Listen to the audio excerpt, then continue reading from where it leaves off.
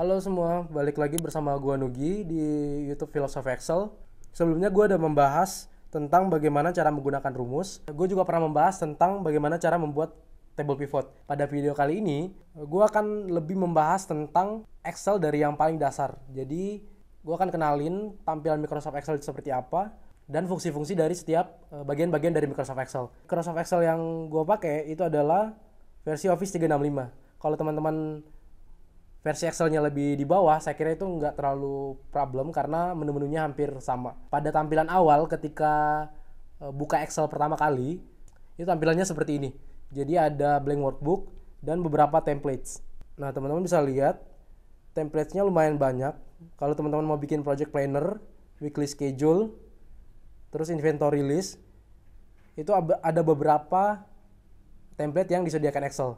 Nah, karena kita mau belajar dari awal, kita nggak akan gunain template ini. Kita akan pilih blank workbook. Di blank workbook ini, itu ada yang namanya tab. Nah, di bagian atas ini, dari home, insert, sampai help, itu disebutnya tab. Di dalam tab, itu ada ribbon. Jadi yang panjang ini sampai ke sana, itu disebutnya ribbon. Nah, di dalam ribbon itu ada group. Jadi clipboard, font, alignment, number, dan seterusnya. Itu kalau di Excel disebutnya group. Di dalam group itu ada macam-macam tombol perintah sesuai dengan groupingnya. Fungsinya biasanya mengikuti grupnya. Jadi kalau misalnya group font, itu isinya tentang formatting. Terus ada alignment, itu isinya juga tentang bagaimana cara mengatur alignmentnya dan sebagainya. Nah, di Excel itu ada yang namanya baris dan kolom. Baris itu selalu ditandai dengan angka. Jadi kalau teman-teman lihat 1 sampai seterusnya ini, itu disebutnya baris atau rows di Excel. Kalau yang huruf ini, A sampai seterusnya, itu disebutnya kolom. Baris dan kolom ini, itu ada di satu worksheet.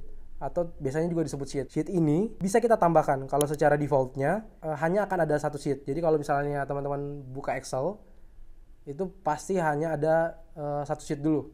Kalau mau ditambahkan, teman-teman bisa klik tanda plus ini, itu langsung menambahkan sheet-nya.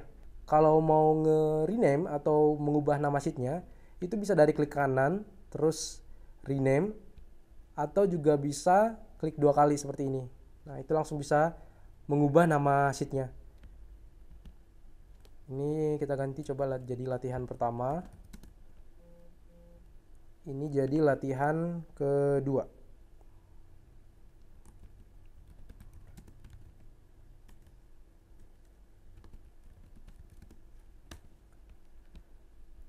Nah, seperti yang saya bilang tadi, di dalam sheet itu ada yang namanya baris dan kolom.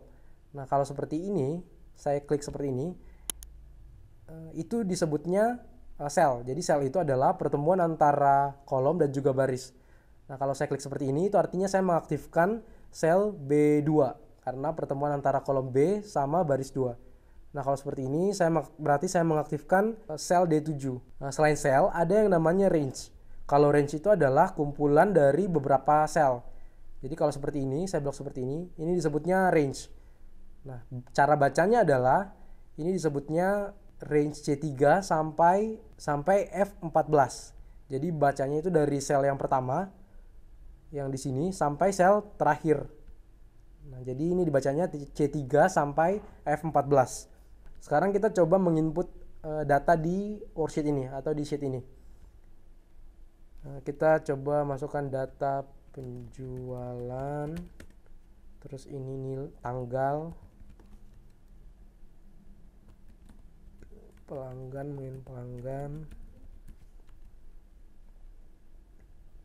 terus barang, quantity, harga, total. Nah, misalnya seperti ini.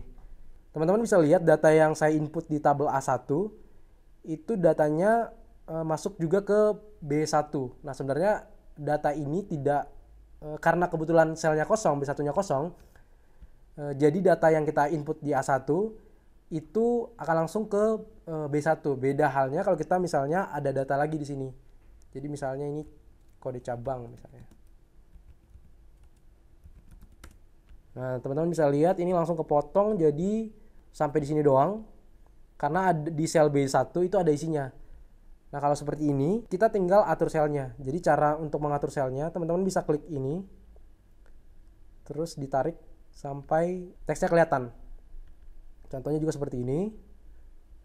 Nah, cara gampangnya teman-teman bisa langsung klik 2 kali seperti ini. Jadi dia akan menyesuaikan teksnya. Jadi menyesuaikan data yang diinput itu sampai mana. Nah, seperti ini. Nah, kalau ini kan kita mengatur lebar dari kolomnya ya. Kalau baris juga kita bisa atur. Caranya juga sama, tinggal ditarik seperti ini. Ukuran dari barisnya itu akan berubah seperti ini. Nah, kalau teman-teman merasa ini agak kecil atau tampilannya itu susah dibaca, itu teman-teman bisa zoom dari sini. Nah, ini buat nge-zoom tampilan dari sheet teman-teman. Nah, seperti ini. Seperti yang saya bilang, kalau kita klik sekali seperti ini, itu kita mengaktifkan selnya. Jadi kita mengaktifkan sel B2. Kalau teman-teman input langsung, mau mengubah datanya dengan hanya mengklik sekali, itu nggak akan bisa. Jadi misalnya saya klik ini, terus saya mau ubah misalnya tanggal penjualan, itu teks sebelumnya akan terhapus. Kalau teman-teman mau ganti, itu bisa klik 2 kali. Jadi kalau klik 2 kali, itu sama dengan kita mengedit selnya. Jadi kalau teman-teman mungkin pernah lihat yang tanda kedip-kedip seperti ini, di Excel juga sama. Itu artinya kita bisa mengedit teksnya. Jadi seperti ini. Kalau teman-teman mau edit teks lainnya, bisa klik 2 kali di sel yang teman-teman mau edit. Itu tadi fungsi paling dasar dari Excel. Itu ada menu tab, terus ada baris dan kolom, kemudian ada sheet. Nah, teman-teman bisa belajar itu terlebih dahulu, fungsi-fungsi yang ada di toolbar ini, fungsi-fungsi yang ada di tab, kemudian belajar mengisi data dengan simple dulu, untuk paham bagaimana cara kinerja dari Excel. Cukup sekian video kali ini. Semoga video ini bermanfaat bagi teman-teman. Jangan lupa like, share, dan komen. Dan juga subscribe YouTube channel Philosophy Excel. Atau teman-teman mau ikut kelasnya di setiap minggunya, itu ada pengenalan yang lebih mendalam mengenai menu home, terus mengenai perintah-perintah yang kita bisa akses, dan beberapa penggunaan rumus. Sampai jumpa di video selanjutnya.